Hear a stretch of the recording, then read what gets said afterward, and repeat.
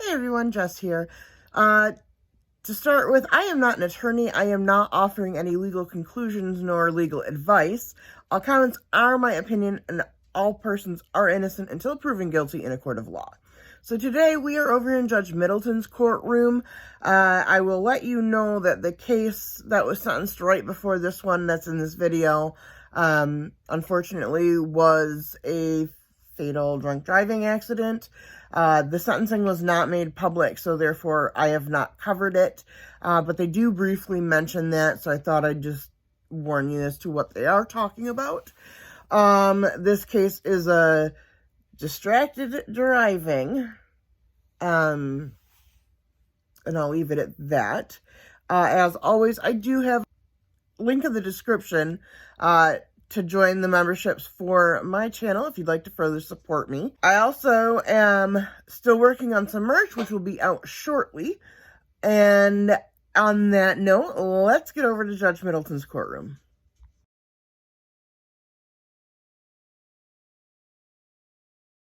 All right, we are back live. We just completed a very difficult sentence. And we're back to our regular morning docket. Our next matter is People versus Tracy Johnson. The file number is 22541. Ms. Johnson was charged with reckless driving, failed to stop at the scene of a property damage accident. She pled guilty to careless driving and leaving the scene of a property damage accident on October 27th. The matter was set for sentencing today. I did get a police report and had an opportunity to review that. Ms. Davis, good afternoon, good morning. Still morning. What would you like me to know? Your Honor, could we hear from the defense first? I'd like to kind of tailor what I'm gonna request depending on what she says. Well, there's a difference between this case and the last case. In the last case, someone died. Yes. In this case, the people in the other car, Mr. Pert, Miss Singleton, and a child in the back seat didn't die. Luke, what would you like me to know? I was hopeful to hear from the people and then I could tailor my arguments, but that's fine. All right, well, I don't. The I say people them just. are the plaintiff, and they go first. So I guess. But I mean, I can, sure. No, that's fine. I can, All right. I can speak, but then I get an opportunity at the end to rebut, right? I suppose. Okay. Well, in all seriousness, Judge, I'm not sure how the calendaring worked there, but to sit through that difficult sentencing was really, well, difficult to say the least. In this case, this happened back in March. Client and I talked about the dangers of distracted driving. Her sister had had lung surgery the day before. Because of that procedure, it was difficult for her to speak. So her and her sister were texting. When she took this turn wide, ran into the other vehicle. Her cell phone flew. She is on anxiety and depression medication. It's obviously affected her. I know the $1 million question for your honor is whether or not she was intoxicated when she was driving. Police officer did 2 hours later come and say she was unsteady on her feet. Client tells me that she had ingested some marijuana in that time and her medication. All things considered, Judge, the plea agreement for what she did take responsibility for her first opportunity. Under the law, the court certainly can deviate. There is a presumption of no jail and fines and costs. Speaking with my client about the potential options in front of the court, I think the distracted driving is something that she takes very seriously. I looked into some potential texting and driving or something to that effect. Maybe a victim impact. She's agreeable to a term of probation so that those things could happen. Talked about the whole range of possibility in front of the range of options in front of the court, which could include potentially jail time. She would ask that if the court were to impose any jail time, that would be scheduled as not to interrupt her management of her business. So with all that being said, Judge, I would ask the court to consider that.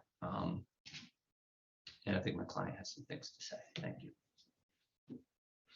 All right, Debbie, I'll let you go and then we'll hear from Ms. Johnson. Sure. Your Honor, before dealing with this case and this settlement, I watched the body cam. I watched this family describe what happened to them. The gentleman had just gotten this vehicle. I think it was their first night out with the vehicle, minding their own business, sitting at a stop sign. And what they described was a driver that looked out of it, that didn't stop, that kept going. And the officers, it did take 2 hours to find the suspect vehicle. And what really bothers me about the body cam footage is that Ms. Johnson clearly appears to be intoxicated and lying about where she was that day. Well, I was home all day. Well, then I wasn't home all day. I drank after I drove, the no echo defense, whatever. It's frustrating because if it was simply a distracted driving and you hit a car, one would think a reasonable person would stop, make sure that everybody's okay. For God's sake, a piece of her vehicle was laying in the road still. And then to continue lying about it through the next day when the police come again and try to say, well, I'm trying to figure out who was driving my Jeep last night. While there's fluids leaking out of the Jeep and it clearly has been in an accident. And you're going to try to lie until the officer's like, look, I'm not trying to hook you on an OWI here. It's too late. Oh, it was me driving. I was texting. It seems very suspicious.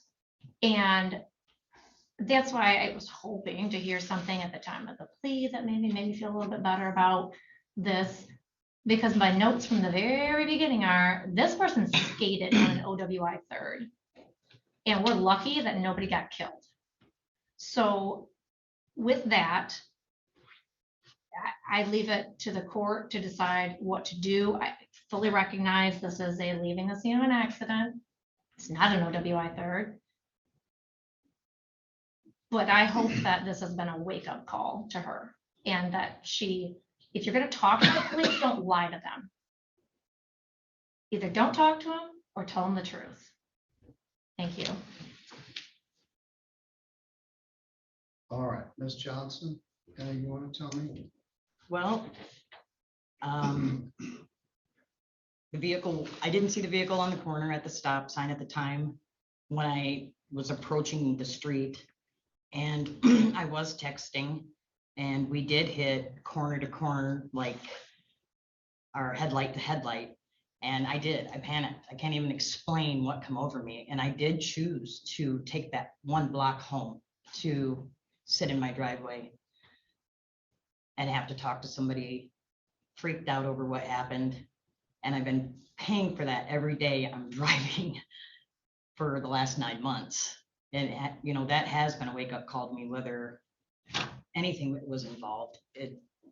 But it was clearly an accident. And I don't normally try to text and drive, and I'm hard on myself, and I just took it to an extreme that I even did that. And which I just automatically figured the way the impact was, that nobody was hurt sitting thinking about it. And I was scared. I didn't know what was going to happen to me at the time with the officer. But, you know, he talked to me. He was awesome about it and calmed me down. And that's when I just opened up. You know, I'm truly sorry that it happened. And I apologize to him and have asked him to please apologize to the people for me. And well, and when I did go home, I did lay on the couch, and I have fibromyalgia. I do take marijuana gummies for that. I take antidepressant medicine as well in the evening time, so it doesn't affect my daily work so much, but, and I'm just sorry. I'm truly sorry.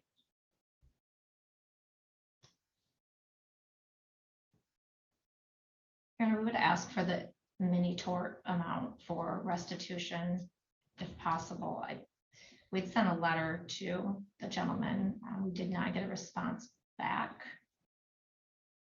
But based on the information that I got from watching the body cam, it was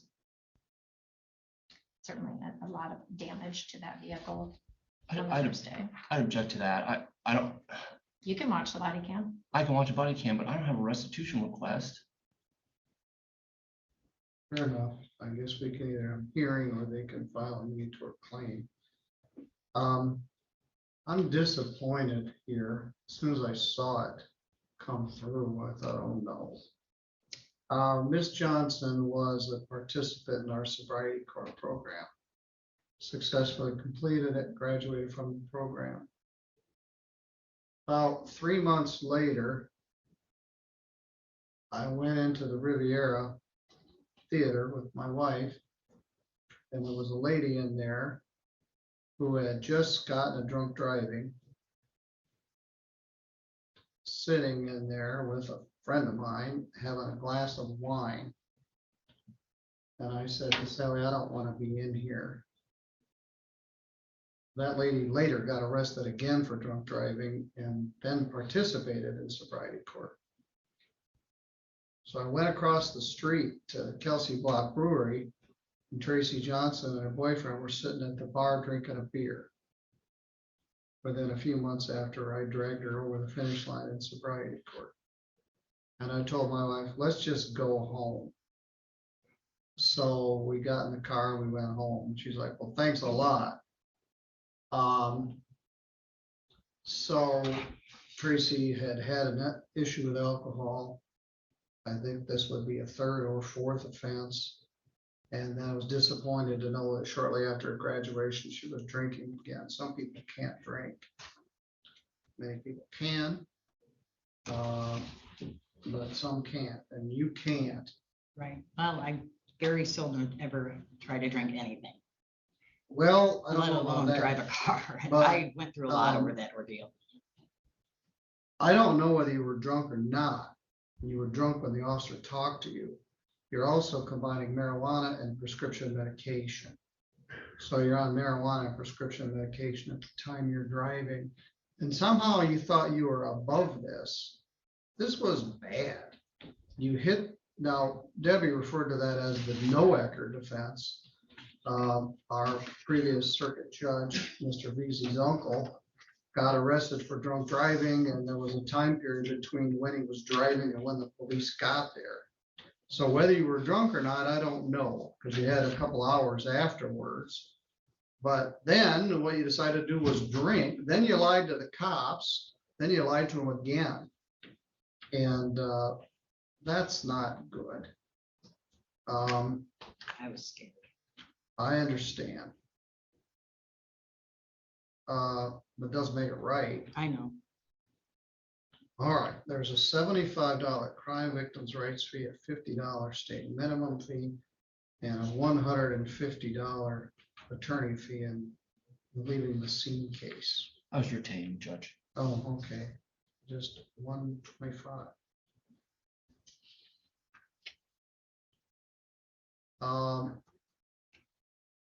The fine and cost for careless driving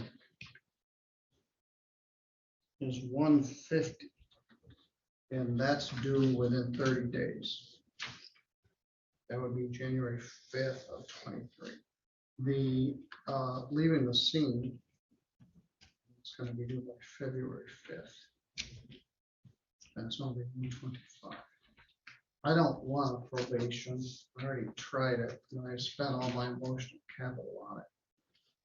You're going to go to jail for 30 days, starting right now. You're not above this. You're going to jail right now for 30 days. I'm sorry, this is an inconvenient nuisance, but you saw what happened when a young boy killed someone you're fortunate you didn't kill someone. You have a lot more baggage than he did.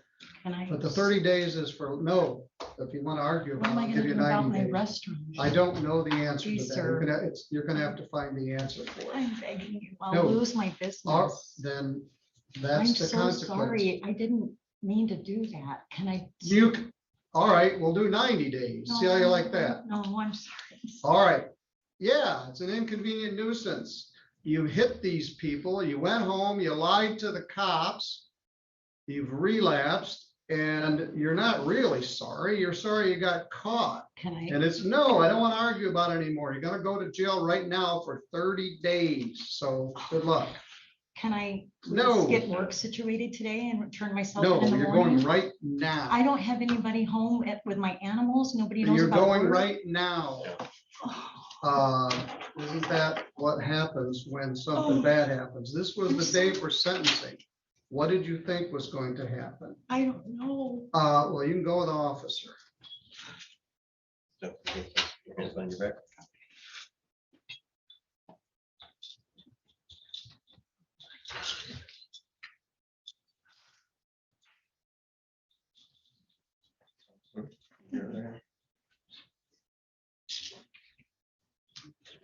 All right, the hits just keep coming.